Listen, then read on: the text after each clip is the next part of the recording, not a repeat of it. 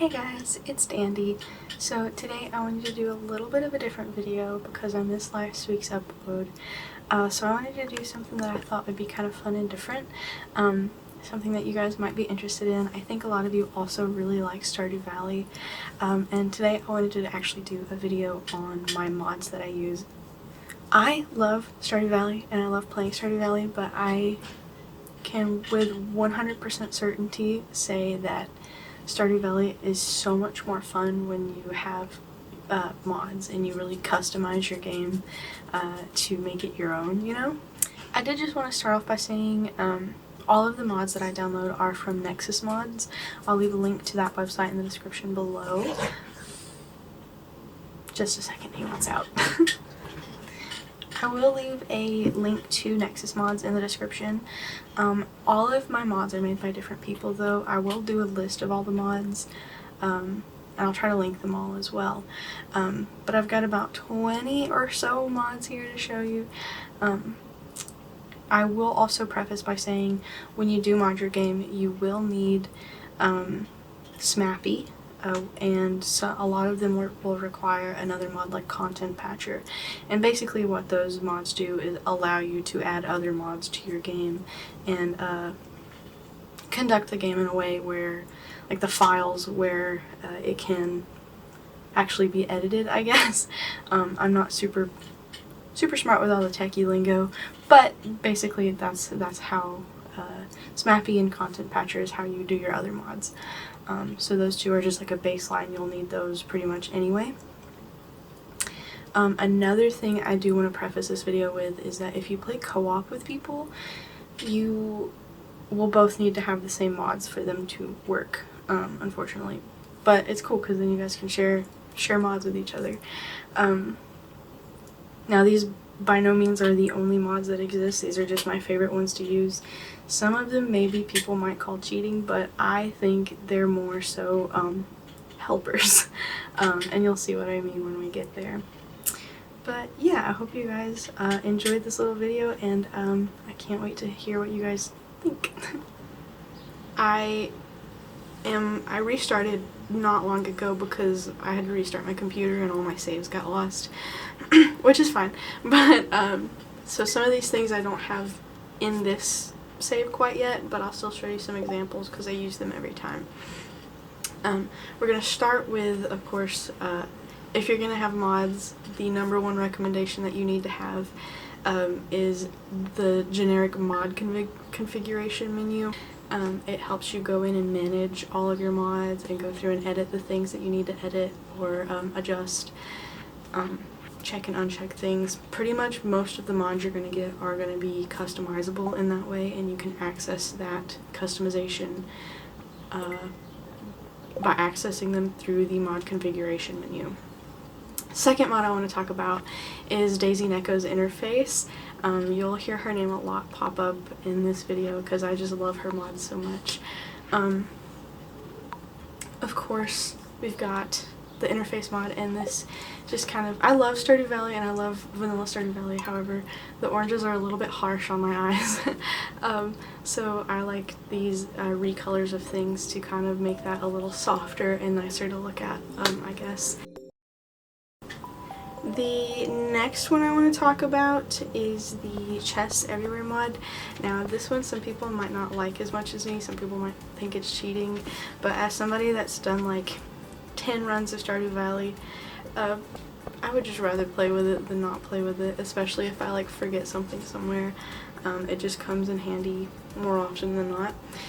So the cool thing about Chests Everywhere is it's exactly what it sounds like. You can access your chests anywhere you want in your world.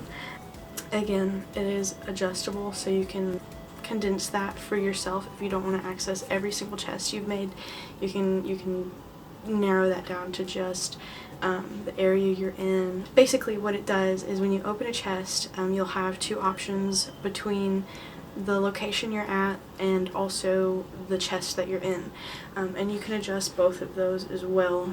It'll be like a little drop down menu, and if you play with a controller you can flip through them. One of your triggers is going to do the location and then the other trigger is going to do the chest. and you can rename those and edit them. But basically, you can get to any chest, say, on your farm, and then you can get from the farm to anywhere else in your world and access those chests as well. The next thing I want to talk about is the Pastel Floral tools. This one is purely cosmetic. I just really like the way that the Pastel Floral tools look. And it's not only like your main tools. I mean, the watering can and the milk pail are also affected by this mod. And as you upgrade them, it changes them a little bit still, but they're all still really cute. So I really enjoy that one. And then the next one is going to be another cosmetic one. As I'm sure you've noticed right now, my whole game is recolored to the Daisy Neko Earthy Recolour, and I got that again specifically because some of the colors in vanilla are just too harsh for me. So I really enjoy having these earthy tones. I like the richer greens. It affects all your foliage, pretty much everything in your game. It recolors it to something a little softer and more earthy toned, and I really enjoy this one a lot. There's a bunch of recolors that you can get, but I find that the Daisy Neko one is just personally my favorite. But if you're more into like softer whites and pastels, there's options for those as well on Nexus Mods. The next one I want to talk about is my Medeival Buildings. As you can see, the buildings on my farm are not vanilla either. And I really enjoy the Medeival Buildings mod because you can edit any building in your farm, and then you've got different options for those buildings as well. The cool thing about these mods and having your generic mod configuration menu is that you can go in and kind of customize everything, and it's really fun. While we're talking about options and my buildings, so the buildings includes, of course, you know, your barn, your coop, your silo, your sheds, everything. But while we're talking about things that are editable like that on your farm, or customizable, I guess, there is a creator who goes by Elles, and she does a lot of animal skins and recolors, and that goes for every animal, your coop animals, your barn animals, dogs, cats, horses, and like the little like fairies and stuff too, everything. And she gives you a bunch of different options and styles for your animals as well. The coop animals, like your rabbits and everything, you've got different breeds of animals, different color variations, different pattern variations for all of them, the cats, the dogs, the horses. I'm going to throw up some photos of from the mod page itself, just to give you some examples of the different ones you can get. The dogs is really cool. She's got like over like 350 options for the dogs. She's got different breeds, different colors. It's really cool and I like that much customization in the game. The next mod is my favorite mod ever, I think. Even if I didn't use any other mods, I would use this mod. And that is the Oasis Greenhouse. I really, really enjoy the Oasis Greenhouse mod. I have it on every single save that I use. I don't know what I'd do without it. It's literally, it's my favorite. It really only affects the interior of your greenhouse, but what it does is it gives you a bigger space to plant your crops indoors. I used to find that my biggest irritation with the vanilla greenhouse is that you don't have the right spacing to use iridium sprinklers over the whole thing. And the Oasis Greenhouse gives you room for six iridium sprinklers, and then you've got a separate area for trees. And that's like, even if it was just that alone, it would be worth it to get that mod for me. But there's other advantages as well. You've got an area above your crop area where you can refill your watering can, and then behind that in a room is like your own personal kind of like spa. So if you're like energy and like you're getting exhausted in game, you can go sit in your own spa in your greenhouse and then revive that. And then your greenhouse also has its own like cellar basement, and in that you also have a minecart that can take you anywhere in your town where the minecart is available. So that's really cool to have in your farm as well. So I really enjoyed the Oasis Greenhouse mod. If I recommend only one mod for you to download for your Stardew Valley game, it would be the Oasis Greenhouse. Next is Visible Fish. I really like this one, especially if you're trying to finish the community center, and you can kind of see what's available in the waters right now when you're looking. And it includes fish, but it also includes, you know, like your soda cans and your papers and your all the trash and stuff. But it's just cool to kind of get a view of the stuff in the water. Another one you might have noticed already is the More Grass mod. It just makes your farm more grassy, and that's pretty much it. It just gives you more grass. Another one that I really enjoy is the NPC Locations mod.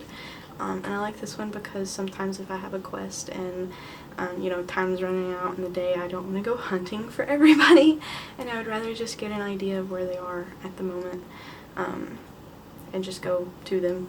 I don't use it all the time, but if I'm specifically hunting for somebody, that's when I'll use it. And then another one that kind of goes hand in hand with the NPC Locations is the Gift Taste Helper. This one I guess people could also see as cheating, but it's stuff that I would have written like next to me in a notebook anyway, so it's nice to just have it handy on the screen while I'm playing. Basically it just is exactly what it sounds like. If you hover over everybody in the friends list thing, it'll tell you what they like and what kind of gifts those are their favorites. And then keeping it up with some people might find this as cheating in the game category. I have an elevator for the Skull Cavern, but I only usually get that one after I reach level 100 in the Skull Cavern, or you know, I get pretty deep into the Skull Cavern that like I'm satisfied with, okay, I made it this far on my own, and then I'll throw in the Skull Cavern elevator, just because, especially for like further in the game, you just don't want to go through all that again and you know, go down naturally through the Skull Cavern. Even if I just go down to like level 75 or 100 or something, and then just keep going from there, then you know, you can get the materials that you need for your more valuable items, I guess, like your iridium, and you can get more prismatic shards sometimes if you're lucky. But yeah, I really like the Skull Cavern elevator for the convenience alone. And then the next one is the Vines on Fence, which is exactly what it sounds. You put a wooden fence up and there's flowers and vines on it. Again, this one's editable, so you can switch what flowers they are and stuff. The two that I don't have yet on this farm are going to be the Obelisks as statues, and that basically just transforms your warp obelisks into like pretty little statues, and I just think they're nice and they look a little better than the obelisks, and that's it. And then the other one is the fish ponds. What is this one called specifically? Fish Ponds 3 Options is what it's called in Nexus Mods, and that is just, it customizes your fish ponds, and I just like the designs for that one. It's made by the same creator, I'm pretty sure, as the Obelisks as statues. Okay, so that was my mods that I use. Let me know if you guys use any of the same ones, or what mods you guys do use. If you use any, tell me about your Stardew saves. Tell me about your farmer.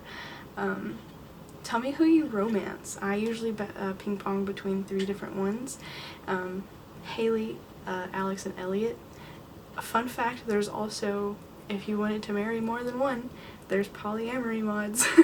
If you just can't choose between your romanceables. But usually I go for either Haley, Alex, or Elliot. Those are my favorites. Make assumptions if you will, but those are my favorites. I would like to do a path with Krobus one day, like the roommate Krobus option. I just always start talking to Haley and then I fall in love again, so has not happened yet. Another fun question, tell me which characters you wish were romanceable. I don't even know the answer to my own question. When I think of an answer, I'll leave a comment with my answer. Yeah, just talk to me about Stardew Valley and cozy games and other things. If you play anything else other than Stardew Valley, let me know what you play.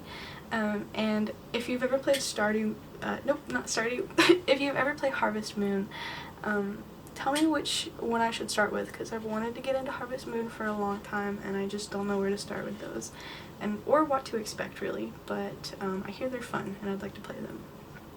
But yeah, I hope you guys enjoyed this video.